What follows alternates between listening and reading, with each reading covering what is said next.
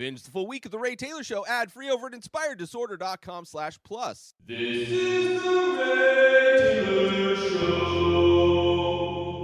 This is my top 5 Home Alone movies. I didn't even know there were more than 5, or at least 5, Home Alone movies, obviously, until fairly recently when I got access to Disney Plus and saw that my original assumption that I knew there was at least one movie that came out after Macaulay Culkin, and I knew they had done a reboot or another Home Alone movie with the kid from Jojo Rabbit. So I knew there was like 4, but I had no idea there were 6.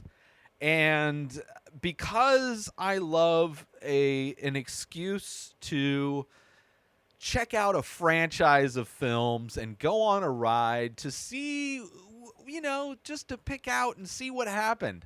Especially a franchise that started off with, I believe, one of the most successful Christmas movies of all time, being Home Alone 1, written by John Hughes, directed by Christopher Columbus, the man who also directed the first 2 Harry Potter movies. And see what it's all about and give my rankings. And I gotta say, not to spoil what I'm going to be listing here, but this franchise has probably one of the worst movies I have ever seen. And this franchise also has one of the most surprising comebacks I have ever seen. And my list may be controversial for some people who are fans of the Home Alone movies. But of course, the Home Alone movies, Christmas movies, of course, they are a kid who is left home alone for very different reasons throughout this franchise. But it is a wish fulfillment. It is a kid's fantasy in a lot of ways to be left home alone, to eat all the junk food that you want, to watch all of the movies that you're not allowed to watch, to use this house as a playground, to set up your toys and to cause destruction in a way you would never be allowed to do if you had any kind of parental or adult supervision. And in so many ways, these movies, especially for me as a kid, watching the first movie was that wish fulfillment. Watching Macaulay Culkin in this house and just as Kevin McAllister, and to just giant house that I've never lived in a house that I don't even think I've stepped foot in a house as big as the first Home Alone house. But to have free reign of that house, to eat all the junk food that you want and watch all the movies you can't watch, and to do all the things you never thought you'd be able to do, is probably why that first movie was so influential, and not surprising that they would try to recreate that magic that the first movie had. And surprisingly, it was so surprising when watching this to see that John Hughes, not only did he write the first movie, he wrote the first 3 movies in this franchise. Of course, the first 2 being with Macaulay Culkin, new leads in all of the other ones, the only one of the sequels, aside from the first 2, only one of them is a continuation of the McAllister storyline, really. Whereas there's another one that has a reference to a McAllister character. But yeah, at one point this franchise felt like a bad idea, right? I felt almost as regretful for watching these movies as I did watching the Twilight movie franchise. But and not only that, not only the wish fulfillment thing for this kid home alone, but also it is, this kid who has to defend his home against intruders, which brings to the table a bunch of slapstick comedy, which is obviously a hilarious comedic style specifically for kids. Watching humans get beat up like cartoon characters is never not funny. and also to see all of the fun and inventive booby traps. So those are the different elements of a Home Alone movie that all of these Home Alone movies have. And it's interesting to see how each one tries to tackle and to have and to implement all of those different elements in them. So with all of that said, let me start the list. My top 5 list. So obviously, the movie that I considered to be the worst movie of the franchise isn't going to be on this list, which is good. I'm glad that it's not even on this list. I'll obviously talk about it at the very end. Don't want to spoil anything, but I'm glad they made a 6th movie, if only to keep this horrible movie off this list. So let's get into it with my top 5 Home Alone movies, starting off with number 5. This is a movie that, this one actually came.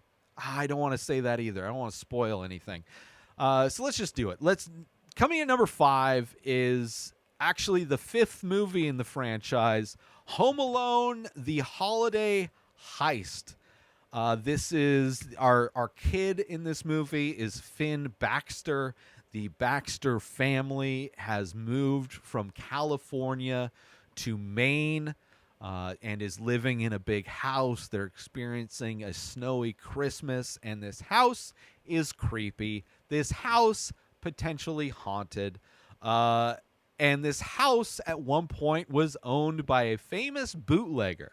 So our villains in this movie, the people that are going to be invading this house, are a group of contract thieves who have been hired to steal a painting, a famous painting that had been rumored to be owned by this well-known bootlegger, and it to be stored in a hidden safe in the basement of this house. And our lead character is left home alone because his parents go to a holiday party for this new company that they're working for, and it gets snowed in and they're not able to get home. So that's the premise. And this kid has a lot of anxiety. He's addicted to video games. There's an awkward scene where he goes out to go make friends with the neighbor kid who's building a snow fort, and he's like, well, what do you do for fun around here? And apparently kids that grow up in snow don't have video game systems, and everything that this kid does for fun involves snow because it is that time of year. You build snow forts, you have snowball fights, you build snowmen, you do all these things. It is almost like Bubba talking about shrimp in Forrest Gump. This kid talking about all of the activities you could do that involve snow. And I love that kid. Not a big part of this movie, but I love the neighbor kid who's obsessed with snow. He does have an important part towards the end of the movie, but, so they don't necessarily get along. This other kid, Finn, is more into video games. And basically, they somehow discover... Right, him and his sister discover this secret room in the basement, and she gets locked in the basement, and so now Baxter is by himself in the house as these contract thieves are trying to get in. Which are kind of the characters, or the actors that play these thieves are kind of fun. You have Eddie Steeples as Mr. Hughes, which I don't know where I think he was from My Name is Earl. I think that's the name of the show.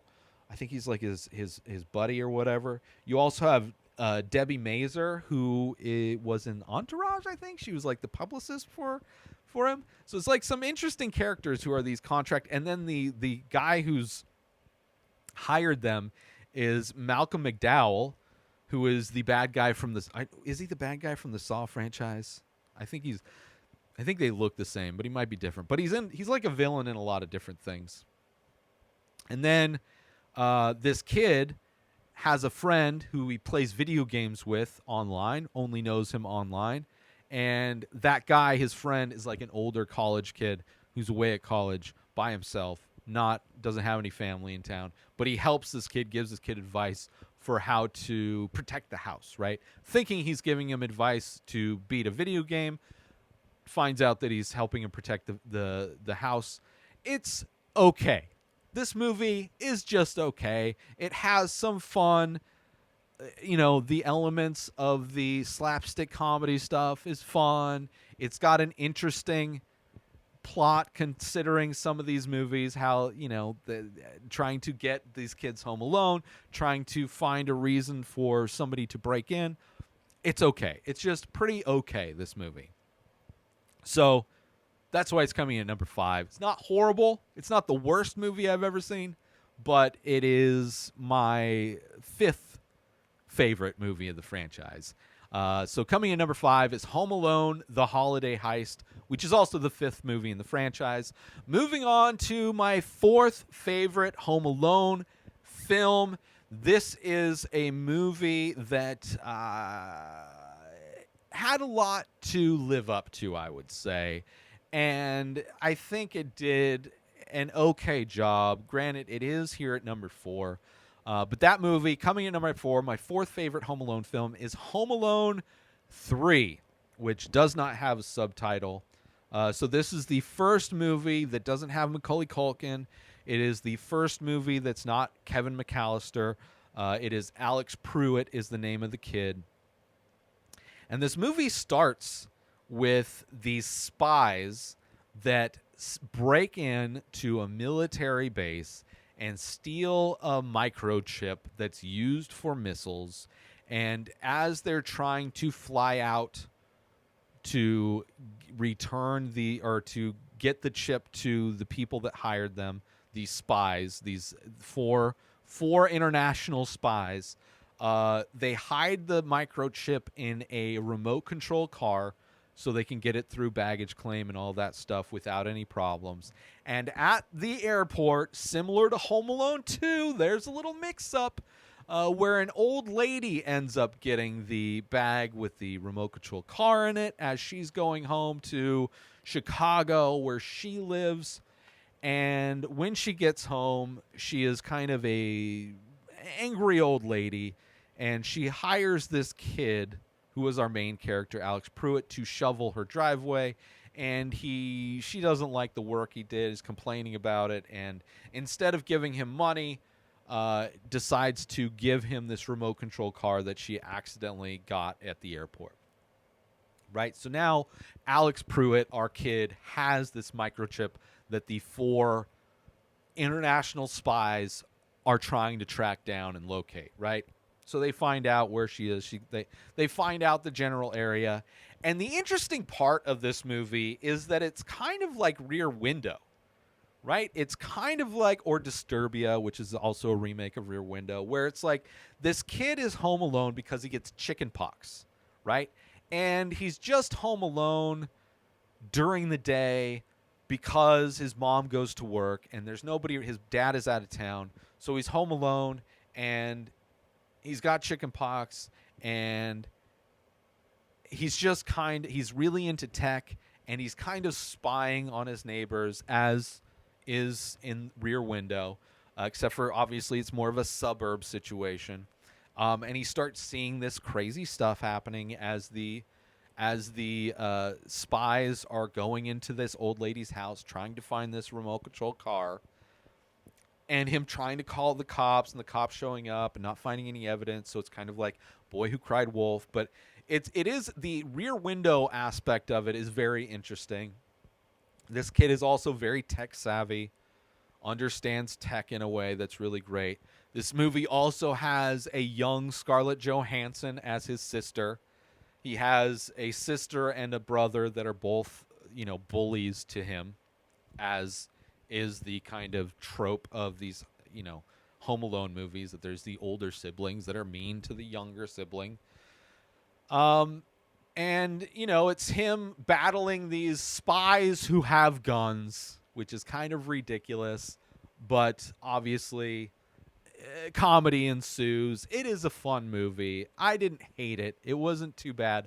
Definitely a step down from, not to spoil my hand on what's going to come above this, but definitely a step down from Home Alone 1 and 2.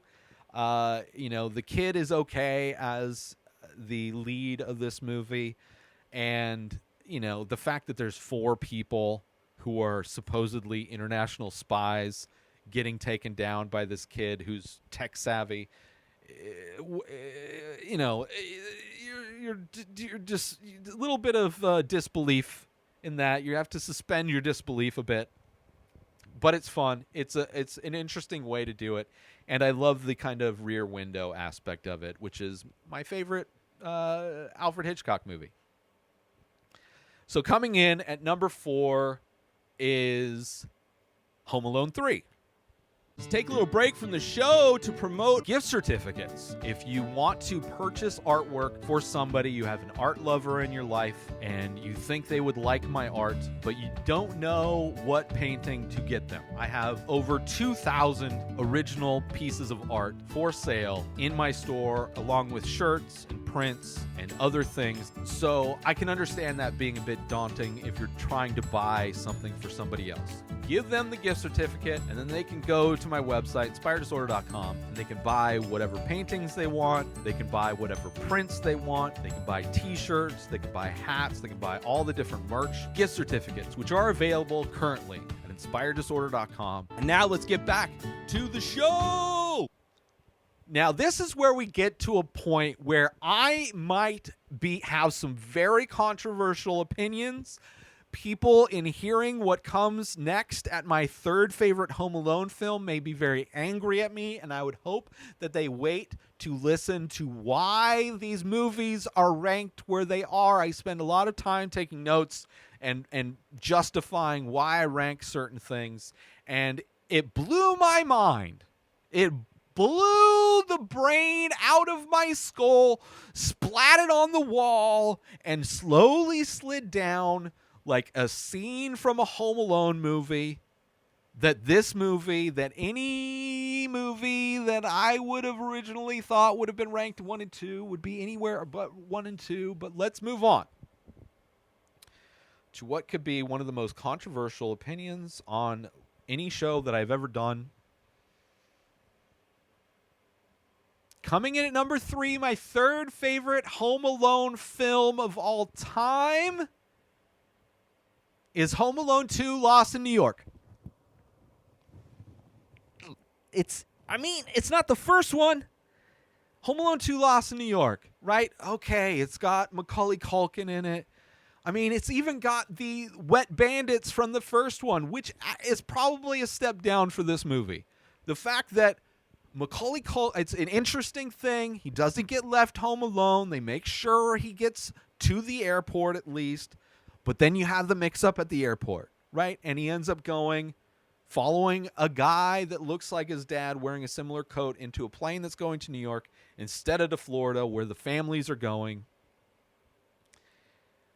So interesting, right? Okay, he's in New York. Cool. The Walkman, probably the coolest aspect of this. I had a friend that had a Walkman. We got in some trouble making some prank calls. I don't want to talk about it. But the fact that the wet bandits show up in New York at the exact same time as Kevin McAllister in the same place in New York where they run into each other it's a strike against this movie. That's one small strike against this movie, right? Even though I love Joe Pesci, right? I love Joe Pesci. I love Daniel Stern as Marv. They're great. I love Macaulay Culkin as Kevin McAllister, right? I love all these characters. I enjoy the slapstick. The slapstick in this, a little bit more cartoonish than the first one. A little bit more. Instead of the old creepy neighbor, it's the old bird lady that's creepy in this one. He's trying to, he overhears that these guys are going to rob the children's charity, so he sets up a thing to get back at him again, using his uncle's house that's under renovation. Whatever. It has some of that dream fulfillment where instead of being home alone, he gets a hotel room in a luxury hotel. the fact that anybody working at that hotel would investigate anything doesn't make any sense. As long as the bill is paid, I don't think they would care whatsoever. Obviously, there's an issue when the card gets declined. But even still, when they find out the fact that they kind of scare the kid away, whatever. It's funny. Still kind of using the same beats, using the movie to like scare people. Like it's too closely mirroring, even using the exact same characters, mirroring the first movie. Right? There's these little things that knock it back. Surprisingly, this obviously was my second favorite movie for when I just the assumption of how I was going to rank this. Of course, this was going to be number 2. But no, it's sitting here at number 3 for a reason. And despite the fact that I do enjoy this movie, I think it's fun. It's nowhere near the original. Nowhere near the original. And the things it does to try and shoehorn everything from the original into this one again doesn't necessarily work. So, because of that, and of course it had Trump in it, although I think the version I saw had him edited out, which is fine. He's kind of a worthless human in general, and his character not needed for the movie. Not necessarily something that would have knocked it down, but since it's been knocked down for other reasons, I'll tack that on as well. So coming in at number 3, my third favorite Home Alone movie is Home Alone 2, Lost in New York. That means there is one of these sequels that does not star Macaulay Culkin coming in above Home Alone 2. And that is the movie I'm going to be talking about next, coming in at number 2. Because, of course, number 1, anybody that doesn't have my number 1 as their number 1, I mean, maybe if you didn't grow up with these, I could see, okay. But when I saw this movie, this next movie, moving on to my second favorite Home Alone movie, that is not Home Alone 2, because Home Alone 2 is at number 3. Moving on to my second favorite Home Alone movie, when I saw this movie, I was blown away. Blown away at how much I was laughing, how interesting, exponentially more interesting they took all of the Home Alone elements and turned them on their head, kind of subverting expectations in a lot of ways, changing perspective on certain characters to where things that are happening aren't necessarily happening for the same reasons or in the same way that any other Home Alone movie did.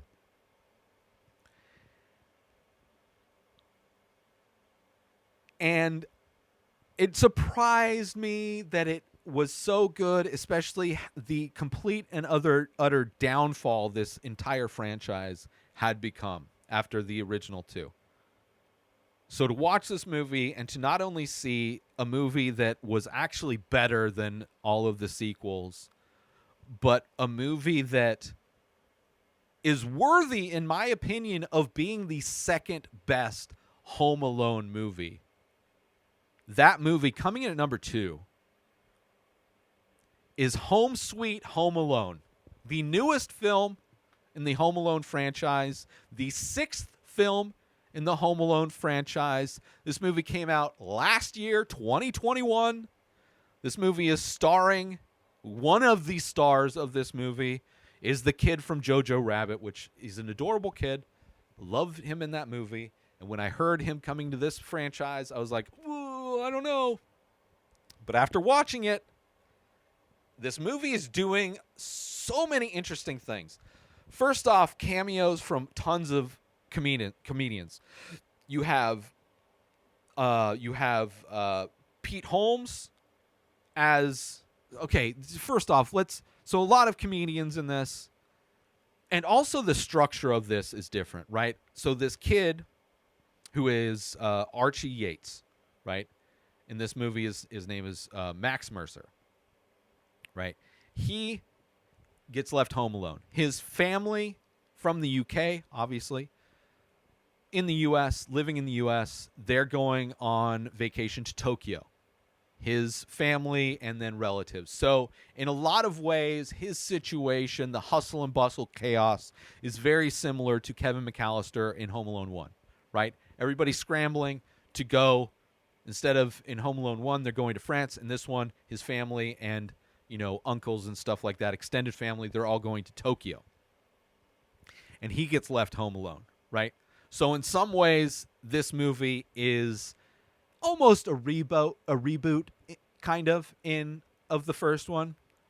But one of the biggest changes is that the people invading his house are in some ways the sympathetic protagonists of this movie, where Max Mercer, the kid who's left home alone, is almost the bad guy. So flipping that on its head, and how they're able to do that, you have this family, right? Rob Delaney and Ellie Kemper, right? Remember Pam from, not Pam, was it Pam from The Office? The second receptionist in The Office, kind of airheady, but really fun, right? She's amazing in this. They're married. They have kids. Financially struggling, right? He's having problems finding work. Okay? And they may have to sell their house. They don't want to tell their kids. You have Kenan Thompson's playing a realtor, but they're trying to, not let their kids know. So he's like pretending to be a personal trainer. So they're having like this open house thing, right? Kids are away, whatever. They're having this open house, and Max needs to use the restroom. So they stop by this open house for him to go use the restroom. And while doing that, he runs into the dad, played by Rob Delaney, Jeff McKenzie, right? And there's this box of dolls that he has from his mom, and he's like, these are whatever. There's like a little discussion. He thinks that the kid steals one of these dolls, right? And it turns out that this doll that he stole, which is a unique looking doll, the head is put on upside down, right? Which is a flaw of the doll. Finds out that it's worth like $20,000 or whatever, which he's desperate to save his house, and thinks that this kid, Max, stole the doll. So his idea is to go, he tracks down, he overheard them talking about whatever, and he finds where they live. He goes to their house, and he's trying to recover a doll that was stolen from him that he desperately needs to sell to save his home for his family and kids. And when he shows up, the family is in a rush to leave, right? Meanwhile, Max, to avoid the hustle and bustle craziness, instead of being locked in the attic like the first Home Alone movie, he goes into the family SUV that's parked in the garage, right, which they're not taking. They're taking Ubers to the airport. And he goes into the SUV and is watching cartoons on the tablet that is part of or just the TV that's built into the headrest. He's in quiet solitude, avoiding all of the craziness that's going inside. But because he did that, they all leave, doesn't know he's in the thing. So that's how he gets left home. So the conflict, instead of it being burglars, is this guy, Jeff, trying to get this doll that this kid stole. Later telling his wife, Pam, this thing, and she then starts helping. So then you have a situation where the people invading the house are sympathetic characters, and this rich kid who's left home alone is doing all of the same booby traps. There's all the same kind of kid fantasy Home Alone stuff that you'd see in all these things, where he's enjoying being home alone. He sets up all these booby traps. He's a savant in coming up with booby traps, completely destroying these people. But instead of criminals being hurt, where you're like, yay, like watching these people, it is like kind of painful to watch, but it also adds, and some of the slapstick comedy is hilarious. There is a scene where Pam and Jeff are trying to scale a wall to the backyard of this house, and their inability to do so and how long it takes and the whole set piece that is them trying to get over this wall, hilarious. There is so much comedy in this movie. And like I said, so many people, stand-up comedians. Pete Holmes is like one of the uncles that is going to Tokyo, where he's funny. I think Rob Delaney he's a comedic actor. Ellie Kemper is great. There's also like Kenan Thompson obviously is fun as well. There's a couple stand-up comics like Esther Pavitsky, who's a female stand-up comic. She's like one of the people who's at the open house. But yeah, a lot of fun cameos from comedians that I just happen to know, which is fun. Also, it's tied to the original in a fun way, in that when this kid calls the cops, right? Jeff and Pam try to get in to get this doll. Calls the cops on them, right? They set off an alarm. He punches in the alarm code wrong. And the person that shows up, the cop that shows up, is Buzz McAllister, Kevin McAllister's older brother. And he doesn't believe when he gets a call over the radio that like, oh, there's a kid, right? When the kid's parents call the police department and they dispatch calls out and he gets the call, he's like, nope, that's a prank call from my brother Kevin, because when we were kids, we accidentally left him home alone twice. And every year he calls and makes these prank calls. So it's not legit. So instantly having him as a cameo, which I don't know if it's the same. It might actually be the same Devin Rattray. Is he from? That will be crazy if it is. If it is the same guy from.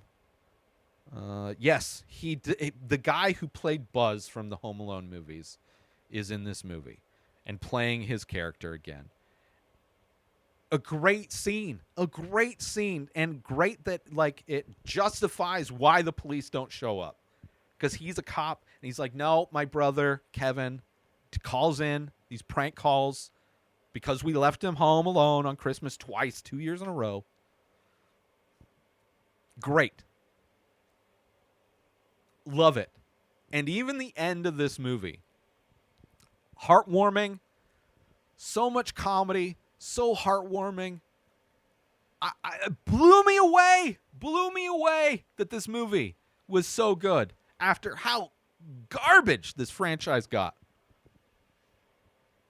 So coming in at number 2 is a movie that if you like Home Alone 1, if you like Home Alone 2 and you think I'm insane for putting this movie above Home Alone 2, I challenge you to go to Disney Plus and watch Home Sweet Home Alone and tell me you didn't laugh. Tell me that this was not a super inventive take on the Home Alone story.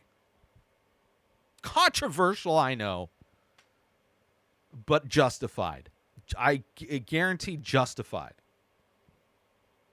I mean, it would have been insane if it was number 1. I'm not putting it at number 1. But coming in at number 2, my second favorite Home Alone movie came out last year. The 6th film in a franchise that is mostly garbage. Home Sweet Home Alone. Check it out. Number 2.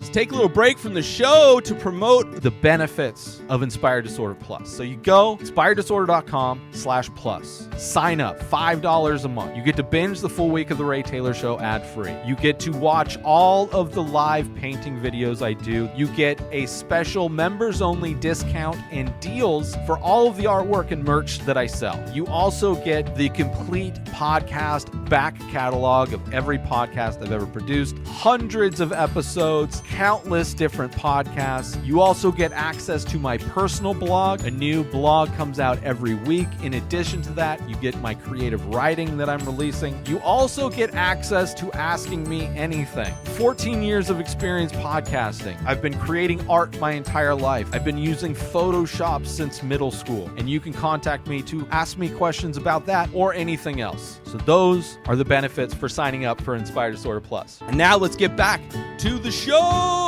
Moving on to my number one, my favorite Home Alone movie. Nobody should be surprised. This shouldn't be any other movie than this movie. But just so you know, my favorite Home Alone movie is, of course, the classic Home Alone, starring Macaulay Culkin. The first time we see Kevin McAllister, the first time we see the McAllister family, we see how crazy it is. We see how he gets left home alone, the events that lead him to being home alone. We get to see the origin for this kid's fantasy of having like autonomy over your life, being able to eat whatever you want, watch whatever you want, do whatever you want. We get to see this kid kind of grow up in a lot of ways, kind of become an adult as he's home alone, thinking that he wished his parents away, not knowing that his mom is living a planes, trains, and automobile lifestyle to try and get back to him, which that's a funny aspect to this. Also, the fact that John Candy has a cameo and was in that movie is kind of funny, that spiritually in some way it's related. You know, John Candy is this guy who's perpetually on the road during Christmas or during the holidays. Obviously it has some of the best. The booby traps are great. You have the wet bandits, where just so much fun, man. So much fun. Better than the second one in every way. John Hughes, classic movie. Even though he wrote the first 3 movies in this franchise. Just so good. Macaulay Culkin, Joe Pesci, Daniel Stern. So great. Even the mom, Catherine O'Hare. And even Devin Rattray, who plays Buzz in this and also in Home Sweet Home Alone. So good. So good. I love it. I love this movie. It's a classic for a reason. When he uses like the cutout people to make it seem like a party's going on at the house. The scary neighbor who ends up helping him in the end. You have just so many good things, right? Asking about if a toothbrush is endorsed by the American Dental Association. Him getting scared and accidentally shoplifting. Everything about this movie I absolutely love. Really, really was so inventive in so many ways, and an absolute classic. One of the best Christmas movies. It is my favorite. Last week I did my top 5 90s Christmas movies, which, spoilers, this movie is placed at a exact same position as that movie as it was in that list. So it is my favorite Christmas movie from the 90s, and for a good reason, I would say, for a very good reason. And the inspiration for this list, I was like, finding out that there's more than 5 or at least 5, it's like, I got to do it. I got to see how this, and I'm glad I did. If I had not done this list, I may never have watched Home Sweet Home Alone. And especially watching these in order and seeing absolutely how horrible this franchise gets, to then watch Home Sweet Home Alone and be blown away. I don't want to keep bringing up how amazing that movie is, but it is number 2 for a reason. And this movie is at number 1 for a reason. The classic, the all-time best, Home Alone at number 1. Now, the movie I'm sure everybody is curious to know about, one of the worst movies I've ever seen, ever, is Home Alone 4, Taking Back the House. This is a movie that's supposed to be the McAllister family, but the McAllister family is getting a divorce. Of course, the kids are all like not good. There's no snow anywhere. The dad is engaged to marry some super rich lady, where that is the house that is going to be taken back, that Kevin decides to go spend Christmas with his dad and his soon-to-be stepmom. So that's why he's away. And, of course, because they're rich, they're never around. And this one has Marv, but it's not Daniel Stern. It is instead played by, let's see, Taking Back the... Oh, it's so bad. So bad. Marv is played by French Stewart, who I love. A guy that I love from Third Rock from the Sun.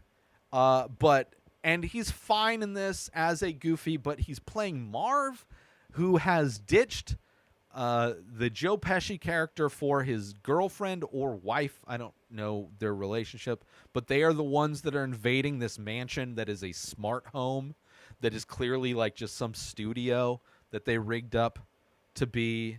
It is mind-blowingly bad. It is mind-blowingly bad. And apparently this movie was intended to be the pilot episode for a Home Alone series that Disney was going to make, or Fox. I don't know who owned the property at the time. But it was initially intended to be the pilot episode of a series, which thankfully they didn't do because it was god-awful. So one of the worst movies I've ever seen is Home Alone 4, Taking Back the House. And there's constant reference to how there's no snow. Clearly it was filmed in L.A., some backlot in L.A. or whatever. And all of the Home Alone movies have snow, which thankfully when I got to Home Alone 5, one of the reasons it was instantly better than this, just because it had snow. When the family went from California to Maine, it's like, oh, at least they had snow. And they're not just like lines throughout the movie about how it's abnormally warm and there's just no snow this year in Chicago. So yeah, the worst movie that didn't make the list, Home Alone 4. And another piece of trivia, apparently Ryan Reynolds was working on a Home Alone script that involved Kevin McAllister as an older person who was a weed dealer.